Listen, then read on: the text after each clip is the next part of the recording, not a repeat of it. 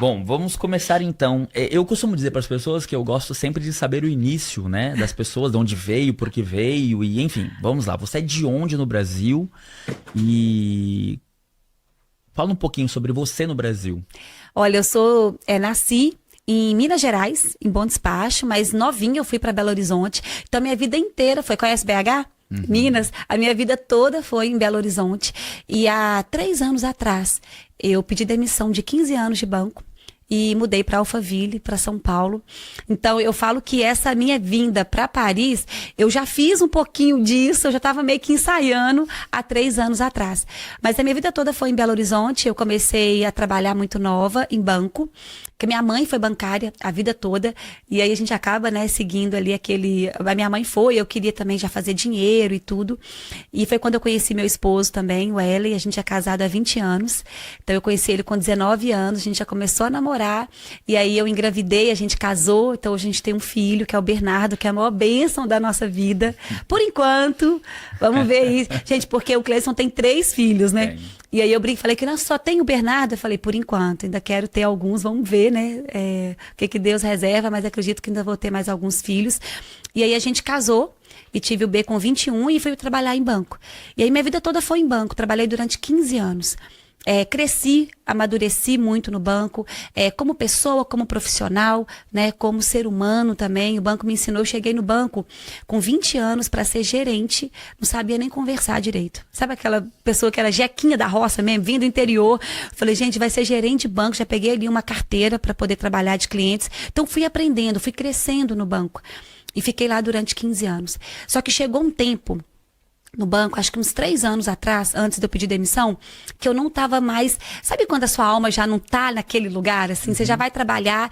E aí eu comecei a vir muitos questionamentos. E eu falo que o nosso crescimento, todo mundo tem o seu crescimento, né? Nós estamos aqui por um processo de santificação, por um processo de evolução. Todo ser humano vai de encontro com aquilo que a alma dele veio cumprir. De uma maneira ou de outra, a vida vai te recrutar para chegar nesse lugar.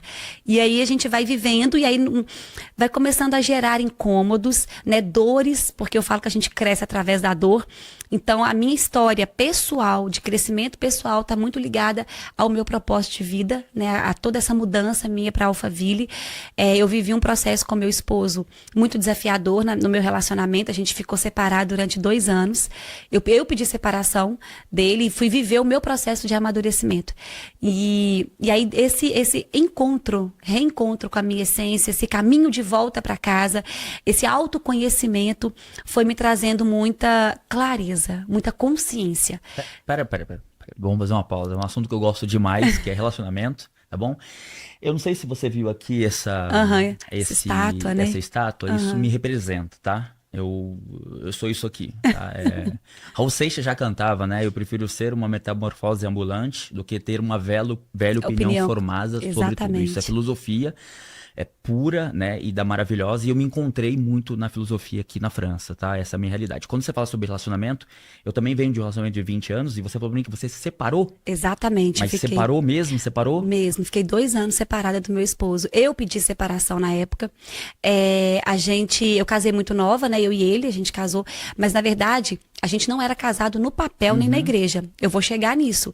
Porque só quando eu cheguei em Alphaville, quando eu me conectei com o Pablo, quando eu comecei a ter esse relacionamento mais íntimo com Deus, que eu comecei a entender o poder do matrimônio e que eu precisava de regularizar a minha vida conjugal. Porque eu nasci com aquela frase, né? Não, juntado com fé, casado é. Para que vocês vão casar? Depois para separar fica mais fácil. Essa mentalidade, né?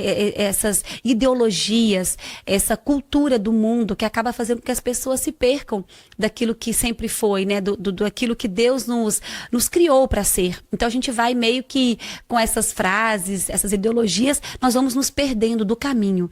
Então eu cresci e achei, não, vamos só juntar, e aquela coisa de, vai gastar dinheiro e tudo.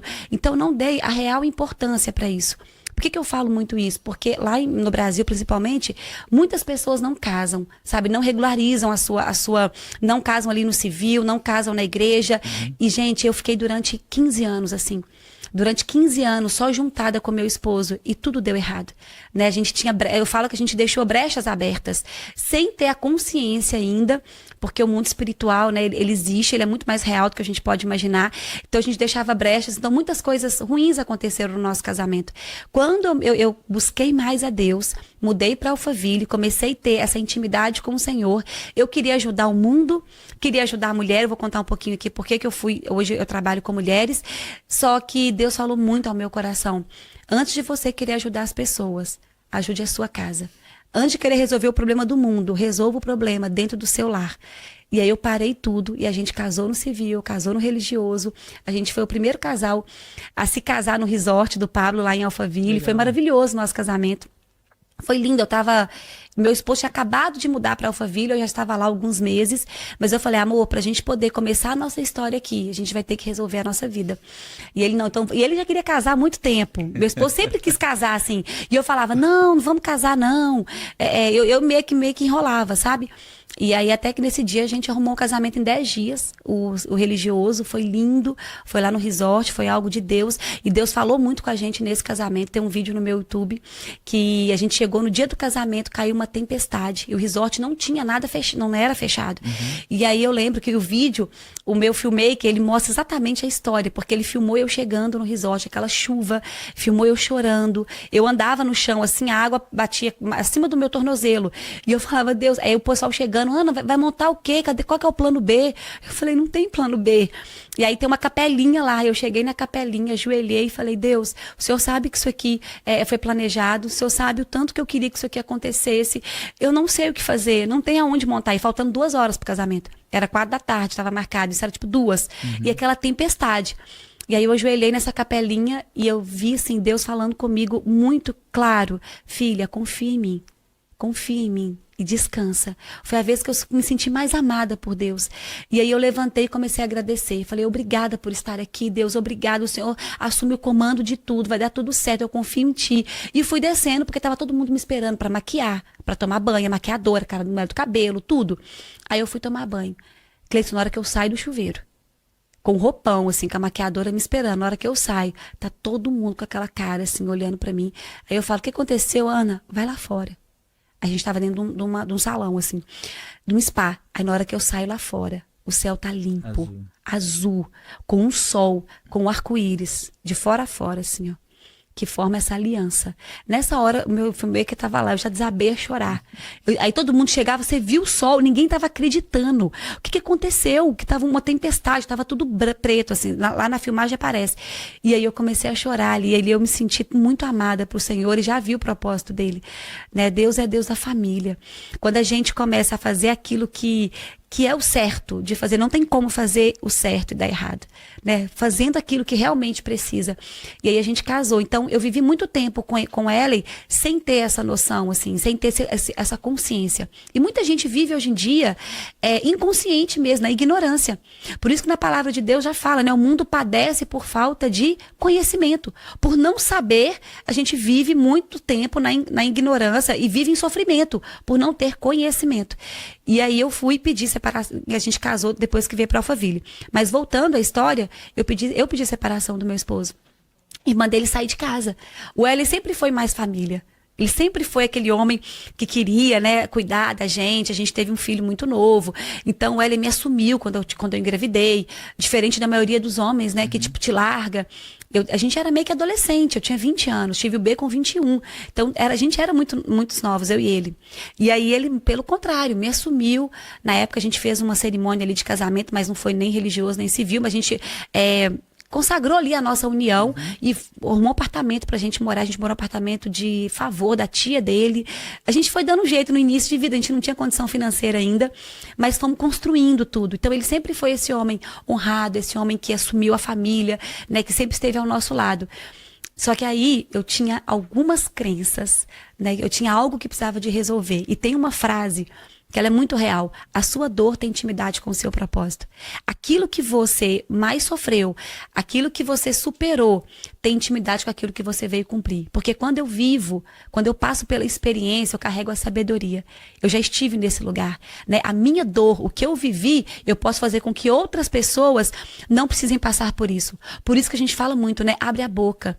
Fala do teu testemunho, fala do que você viveu, porque tem muitas pessoas que estão passando pelo que você passou. E através do seu conhecimento, da sua sabedoria, você pode fazer com que eles não sofram aquilo que você sofreu. Né? Então, a tua desgraça, ela vira glória. Pablo tem um livro assim, né? Minha desgraça virou glória. A sua dor vai regar outros jardins. A sua cicatriz vai ser um antídoto para curar outras pessoas. E aí, foi isso que eu vivi muito. Eu pedi separação do meu esposo e fui pro mundo. Eu falo, acho que muita gente passou por isso, né? A gente foi se perder no mundo e fui viver minha vida. Eu queria liberdade, né? Eu queria viver aquilo que eu queria, vivendo ainda pelas minhas paixões, pelos meus prazeres, de maneira muito inconsciente. Hoje eu sei. E aí eu busquei terapia. Eu falo que Deus me ama tanto que Ele não me deixou não deixou eu me perder. E não é só, e é o amor do Senhor, mas esse amor, ele é dado lá na nossa infância. Hoje eu vejo isso. E esse é o papel de nós, mulheres. Né? A mulher, ela tem esse dever de educar, de orientar, uma orientação moral e espiritual para os teus filhos.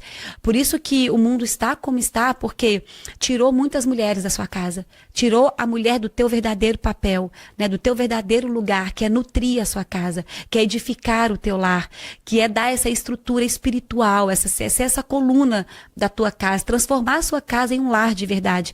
Só que as mulheres, por esses movimentos ideológicos, pelo feminismo, tirou ela da tua casa. E a casa, ela começou, os filhos, né, começaram a não ter essa nutrição e essa orientação espiritual. Eu falo que eu não me perdi no mundo porque eu tive essa base. Né? A minha mãe e minha avó, elas sempre me deram essa base cristã. Então, a minha avó orava com a gente, minha avó rezava o terço, minha família é muito católica.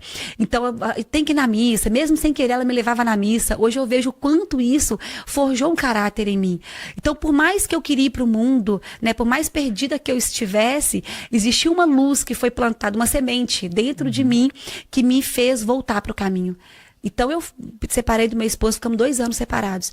E aí eu fui buscar uma terapia para entender o que estava acontecendo comigo. Né? O porquê que eu não queria mais ficar no meu casamento, o porquê que eu sentia um vazio. Eu sentia um vazio no meu coração. Um vazio que nada preenchia. E eu buscava preencher esse vazio nas coisas do mundo. Né? Saindo, nas baladas, no sexo.